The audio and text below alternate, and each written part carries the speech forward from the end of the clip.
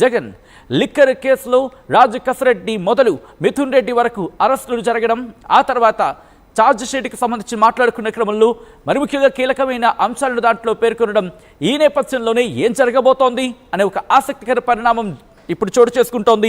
Liquor స్కామ్కి సంబంధించి రోజుకో అంశం, రోజుకో విషయం బయటకు వస్తున్న తరుణం. మరి ముఖ్యంగా ఆ డెవలప్మెంట్స్, ఆ ట్రాన్సాక్షన్స్ కావచ్చు, లేకపోతే ఆ ట్రాన్సాక్షన్స్ జరిగిన తర్వాత ఆ అమౌంట్ ఎక్కడెక్కడ వాటిని అరేంజ్ చేశారు, వాటిని ఎక్కడెక్కడ సెట్ చేయడం జరిగింది, ఆ సెట్ చేసిన అమౌంట్ని ఎక్కడ ఒక విధంగా చెప్పాలంటే స్టోర్ చేశారా, బహుశా ఇది కాస్త పెద్ద పదం అయి ఉండొచ్చు.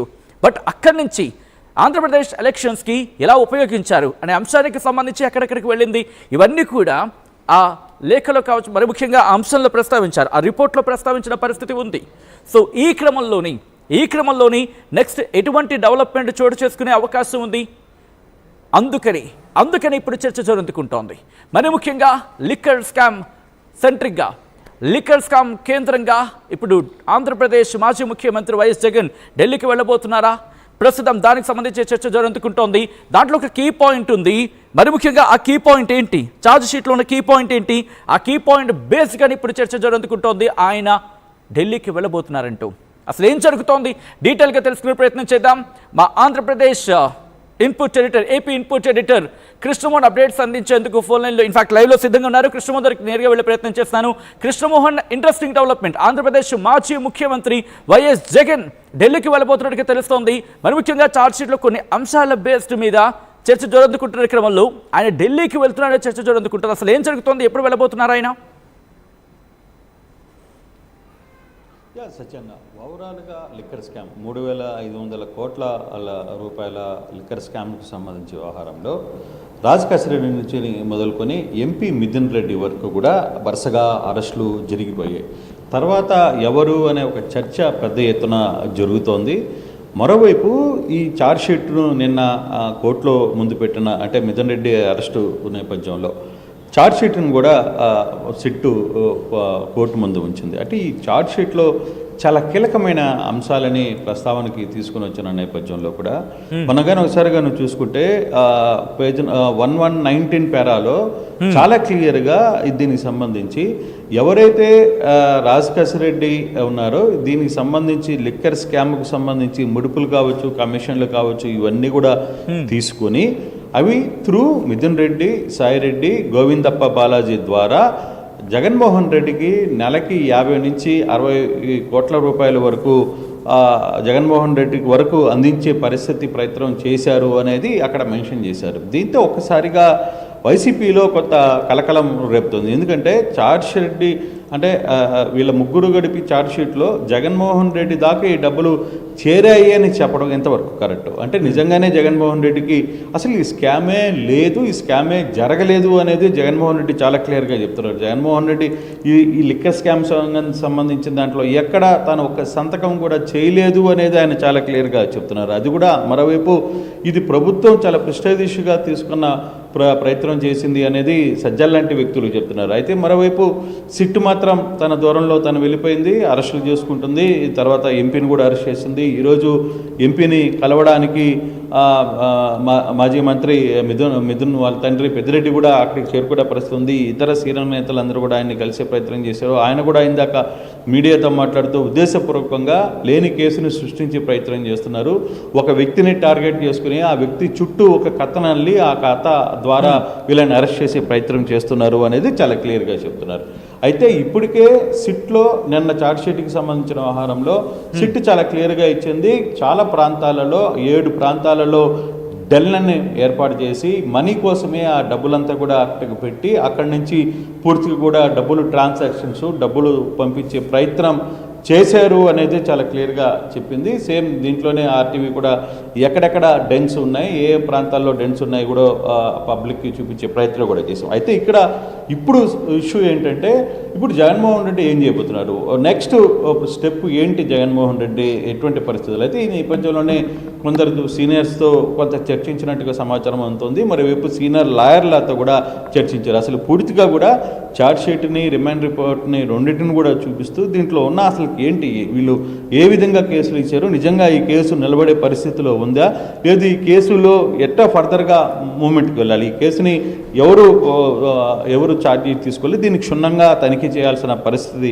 ఏ విధంగా ఉంది, ఇలా వాదోపదాలు ఏ విధంగా చేసుకోవాలి, న్యాయపరమైన లొసుగులు ఏంటి, దీనికి సంబంధించి అసలుకి ఇంపాక్ట్ ఏంటి, ఈ కేసు నిలబడే పరిస్థితి ఉందా, వీటన్నిటినీ కొంత చర్చ జరిగినట్టుగా కొంత సమాచారం అయితే వస్తుంది. మరోవైపు ఇది సేమ్ ఇంతటితో వదలకుండా ఇది కక్షపూరితంగా చేస్తున్న వ్యవహారం మీద ఢిల్లీ దాకా వెళ్ళాలి. ఈ కేసుకి సంబంధించి ఇప్పటికే దాదాపుగా చాలామంది వ్యక్తుల్ని అరెస్ట్ చేసిన నేపథ్యంలో ఢిల్లీ దాకా వెళ్ళాలి. ఎందుకంటే ఇప్పుడు వాళ్ళ ఎంపీ, అందులో స్ట్రాంగ్ ఎంపీ, ఆయన పార్టీలో చాలా సీనియర్, పార్టీకి సంబంధించి చాలా కీలక వ్యక్తిగా ఉన్న మిథున్ రెడ్డి ఢిల్లీలో కూడా పెద్ద ఎత్తున బీజేపీతో కావచ్చు అన్ని రాజకీయ పార్టీలతో ఆయనకు మంచి పరిచయాలు ఉన్నాయి కాబట్టి అటువంటి వ్యక్తిని అరెస్ట్ చేసిన నేపథ్యంలో అసలుకి పార్లమెంట్ కూడా జరుగుతుంది కాబట్టి సెక్షన్స్లో, ఈ నేపథ్యంలో ఢిల్లీ పెద్దలకు తెలిసి అసలు జరిగిన వ్యవహారం ఏంటి, గత ప్రభుత్వంలో జరిగిన స్కామ్ ఏంటి, ఇప్పుడు జరుగుతున్న స్కామ్ జరిగింది ఏంటి అంటే, అంతకుముందు 2014లో టీడీపీలో 2023లో కూడా చంద్రబాబు మీద ఈ మీదనే కేసు కూడా నమోదైంది. ఈ వ్యవహారం మీదనే లిక్కర్ స్కామ్కి సంబంధించి కూడా ఇదే వాసుదేవ్ రెడ్డి గతంలో చంద్రబాబు మీద కేసు పెట్టారు. ఇప్పుడు వాసుదేవ్ రెడ్డి విట్నెస్గా మారిన పరిస్థితి 2024కి వచ్చేసరికి అది పూర్తిగా కూడా ఆయన విట్నెస్గా మారిన పరిస్థితి. 2023లో చంద్రబాబు మీద ఇదే లిక్కర్ కేసుకు సంబంధించి ఆయనే కంప్లైంట్దారుడు. ఇప్పుడు ఈరోజు జగన్మోహన్ రెడ్డి కావచ్చు వీళ్ళందరూ పేర్లు రావడానికి, లేదు వీళ్ళంతా అరెస్ట్ కావడానికి అదే వాసుదేవ్ రెడ్డి ఈరోజు విట్నెస్గా మారిన పరిస్థితి. సో ఈ కేసుకు సంబంధించి కొంత ఓవరాల్గా డీటెయిల్గా ఢిల్లీ పెద్దలకి చెప్పాలని ఒక ప్రయత్నం జగన్ చేస్తున్నట్టుగా అర్థమవుతుంది. దానికి అంటే జగన్ పోవడమా, లేదు ఒక టీమ్ ఆఫ్ మెంబర్స్ని ఢిల్లీకి పంపించి అక్కడ ఢిల్లీ పెద్దలతో మాట్లాడి అసలు ఏం జరుగుతుంది, ఎందుకు అంటే ఈ కేసు పూర్వాపరాలు పూర్తిగా కూడా వాళ్ళకి వివరించి అక్కడ ఏం జరుగుతుంది అనే వ్యవహారాన్ని చెప్పాలని ఒక ప్రయత్నం జగన్మోహన్ రెడ్డి అంటే వైసీపీ చేస్తున్నట్టుగా చాలా క్లియర్గా అర్థమవుతుంది. అది ఎంతవరకు సక్సెస్ అవుతారు నిజంగానే ఈ వ్యవహారం అంటే, ఇప్పుడు వరకు మిథున్ రెడ్డి అరెస్టుతో తర్వాత కొన్ని లీకులు అయితే వస్తూ ఉన్నాయి. సెట్ ఒక్కొక్కరికి ఒక్కొక్క లీక్ ఇస్తూ వస్తుంది. జగన్మోహన్ రెడ్డి దాకా వెళ్ళే ప్రయత్నం చేస్తారు, జగన్మోహన్ రెడ్డికి నోటీసులు ఇస్తారనే ప్రయత్నం చెప్తున్నారు. మరోవైపు ఫర్దర్గా ఎటువంటి మూమెంట్స్ ఉంటాయనేది ఎవరెవరు దీంట్లో ఇంకా ఇంక్లూడ్ చేస్తారు. ఇప్పటికే దాదాపుగా 42 మందిని దాకా ఈ కేసులో పెట్టిన పరిస్థితి ఉంది. చెవిరెడ్డి భాస్కర్ రెడ్డిని అరెస్ట్ చేశారు, తర్వాత వాళ్ళ కొడుకు పేరు మీద కొన్ని పెట్టారు, వాళ్ళ శిష్యుల్ని అరెస్ట్ చేశారు.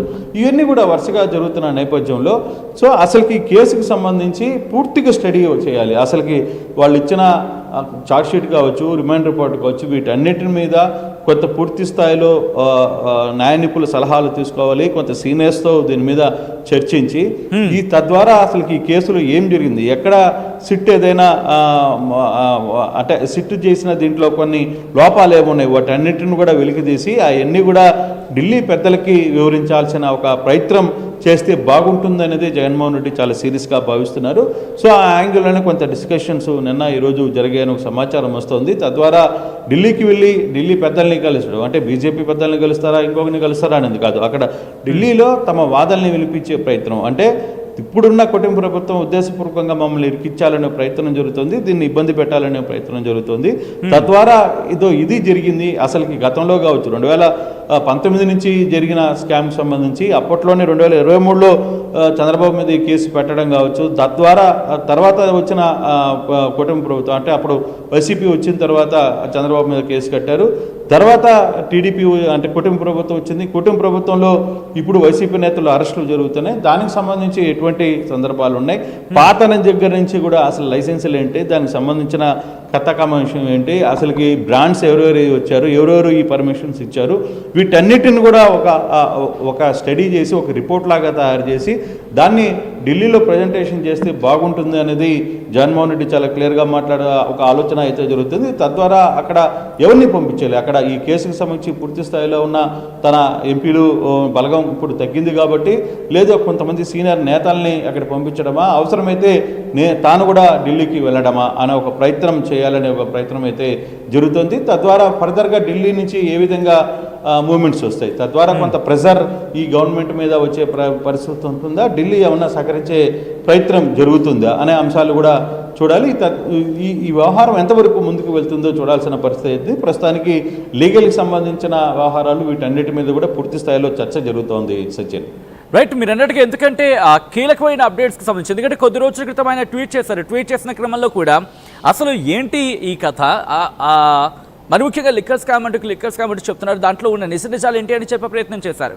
సో ఈ నేపథ్యంలో కామన్గా ఒక క్వశ్చన్ వచ్చే అవకాశం ఉంటుంది, ఒక క్వశ్చన్ రైజ్ అయ్యే అవకాశం ఉంటుంది. లీగల్గా వెళ్ళొచ్చు కదా, బట్ ఎందుకు ఢిల్లీకి వెళ్ళే ప్రయత్నం జరుగుతుందని చెప్పి ఇటు లీగల్ ప్రయత్నాలు ఎంతవరకు వచ్చాయి, ఢిల్లీకి వెళ్ళి పొలిటికల్ కోణంలో అంటే రాజకీయ కోణంలో దీన్ని ఏమైనా మరి ముఖ్యంగా సాల్వ్ చేసుకునే క్రియలో భాగంగా ఆయన ముందుకు వెళ్తారు అనుకోవాలా, లేకపోతే లీగల్గా ముందుకు వెళ్ళే క్రమంలోని ఆయన అడుగు అనుకోవాలి ఇక్కడ కృష్ణమోహన్? యా, డెఫినెట్గా సత్యన్న, అంటే లీగల్గా వెళ్ళడం గ్యారంటీగా జరుగుతుంది. లీగల్గా వెళ్ళకుండా ఎందుకుంటారు? ప్రతి ఒక్కరు కూడా లీగల్గా వెళ్ళే ప్రయత్నం చేస్తూనే అసలుకి ఇక్కడ అంటే వాళ్ళకి ఎక్కడ డ్యామేజ్ జరిగింది, ఎక్కడ ఎందుకు ఉద్దేశపూర్వకంగా కేసులు కట్టే ప్రయత్నం చేస్తున్నారు, వాళ్ళు ఒకటే చెప్తున్నారు. అసలుకి కేసే లేని అసలుకి ఎక్కడ ఇప్పుడు దాకా ఒకటి క్లియర్గా అయితే చాలా క్లియర్గా జరుగుతున్న ఒక సబ్జెక్ట్ ఏంటంటే ఇప్పుడు వరకు 3,500 కోట్లు అంటున్నారు. 3,500 కోట్లలో ₹1 అన్న మీరు ఇచ్చేసారా? దాంట్లో బహుశా ఒక 10 లక్షలు 20 లక్షలు లేదు కొన్ని కోట్ల రూపాయలు 2 కోట్లు పలాదారికి దారి మళ్లించేయో లేకపోతే ఇంకో దగ్గర ఉంది తెప్పితే మీరు సీజ్ చేసింది ఎంత అనే అంశాన్ని కూడా గతంలో జడ్జిలు కూడా అడిగిన సందర్భాలు ఉన్నాయి. అయితే ఇటువంటి ఒక కేసు జరుగుతున్నప్పుడు ఆ కేసుకి సంబంధించి